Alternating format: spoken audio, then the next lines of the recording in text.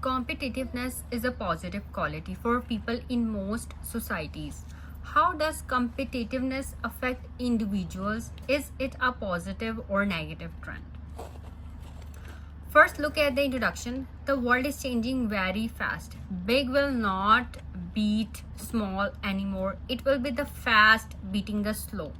These words hold true for today's global village in which we live in a 24/7 society. So this is our general statement. जो ये जो topic है ये competition के बारे में, कॉम्पिटिटिवनेस. तो हमने अपना ऐसे जो है वो इसकी पैराफ्रेजिंग के लिए हमने ये लिखा है कि जो वर्ड जो है वो बहुत तेज़ी से जो है वो चेंज हो रहा है और ये ग्लोबल विलेज इसमें ऐसा नहीं है कि जो बिग है वो स्मॉल को बीट कर देगा, but it will be the fast beating the slow. So in the following paragraphs, I shall discuss the effect of competitiveness on individuals. अब यहाँ पे effect है और हम यहाँ पे यूज़ करें effect of competitiveness. हमने थोड़ी सी statement को change कर दिया. I believe that competitiveness is good, but over competitiveness in which one uses unethical means to reach the top is bad. ठीक है, हमारा मतलब जो मेन इसकी थीम है वो यही रहेगी कि कंपटीशन अच्छी बात है और इसके एडवांटेजेस और डिसएडवांटेजेस हम डिस्कस करेंगे. बट ओवर कॉम्पिटिटिवनेस जो होती है, फिर अनएथिकल मींस यूज़ करते हैं जीतने के लिए individuals, so that is bad. So for competitiveness, you can use these words in your essay like motivation, determination, diligence. ये words आप use कर सकते हैं अपने essay में instead of repeating this word competitiveness again and again in your essay. And for positive quality, you can write admirable, preferable, remarkable, exceptional. And for societies, you can write the community, public, or you can also write general public. Now look at the first body paragraph. So at the individual level, competitiveness provides incentives for people to improve themselves. ठीक है, जब sense of competition होती है किसी individual में तो अपने आप को इम्प्रूव करता है. People set goals for themselves and try to achieve them by hard work and perseverance. These goals are based on others' achievements. मतलब जब वो दूसरे को देखते हैं कि इसने ये जो है गोल अचीव कर लिया है तो जो वो ये सोचता है कि ये कर सकता है तो मैं भी कर सकता हूँ या कर सकती हूँ, तो फिर वो उसके लिए हार्ड वर्क करते हैं और अपने आप को इम्प्रूव करने की कोशिश करते हैं. They try to break records and put their heart and soul to excel in all fields. This is what keeps them going. Then they become inspiration for others. फिर वो इतनी मेहनत करते हैं तो फिर वो दूसरों को इंस्पायर करते हैं, दूसरे उनसे इंस्पायर होके वो भी फिर हार्ड वर्क करते हैं. Also work hard for getting name and fame. If there was no competition people would become lazy and there would be stagnation in their life.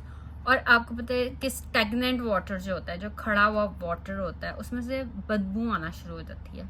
ठीक है, तो इसी तरह जो ह्यूमन बींग है अगर वो भी स्टेगनेंट हो जाएंगे तो हार्ड वर्क नहीं करेंगे तो कोई मज़ा नहीं है ज़िंदगी का और वो कुछ अचीव भी नहीं कर सकता अपनी ज़िंदगी. Stagnation is very bad.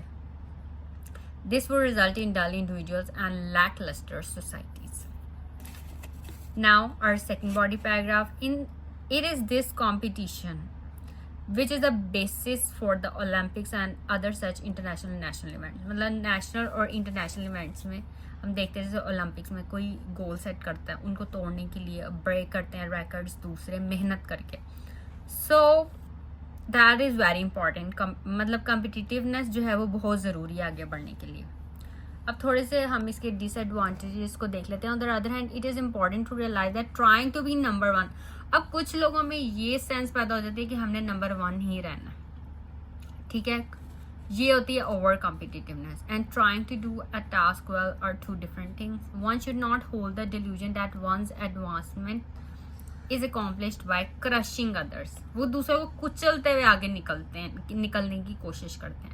Over competitiveness in which a person uses unethical means to win, such as taking drugs before any sporting event to increase performance or hurting others to win, is bad. ये बुरी चीज़ है. ठीक है, अपनी मेहनत के बलबूते पे आगे बढ़ना ये अच्छी बात है, बट दूसरों को क्रश करके आगे निकलना, that is really bad. Summing up, competitiveness is good and leads to the progress of individuals and societies, but only as long as it remains a healthy competition. If unethical means are used, अब देखिए ये जो है ये topic के related vocabulary word है. अभी हमने ऐसे रीड किया, आपने इसमें से जो है वो टॉपिक रिलेटेड वोकेबुलरी वर्ड्स देखने हैं और उनको ही यूज़ करके आपने जो है अपना ऐसे जो है अपने आइडियाज़ को, अपने ओपिनियंस को एक्सप्लेन करना है. ठीक है. If unethical means are use or relates to stress and others are hurt in the process, then it is bad. But जब आप ये ऐसे रीड करेंगे तो आपको पता चलेगा कि इसमें कंडीशनल सेंटेंसेस भी यूज़ हुए हैं, कॉम्प्लेक्स सेंटेंसेस भी, कंपाउंड सेंटेंसेस भी, और एग्जामिनर अपने कमेंट्स में ये मेंशन करते हैं कि इस स्टूडेंट ने कॉम्प्लेक्स स्ट्रक्चर्स यूज़ किए हुए हैं. अगर आप अपने ऐसे में सिर्फ सिंपल सेंटेंसेस यूज़ करेंगे then it would not be good for your band scores. If you want to get 6, 7, 7.5 or 8, then you have to write different sentence structures. You have to write simple sentences, but पूरा ऐसे ही simple sentences ना हो. Your essay should be a mixture of complex sentences, compound sentences, conditional sentences, and simple sentences. Okay. So that's all for this video. If you have any questions, you can ask me in comments.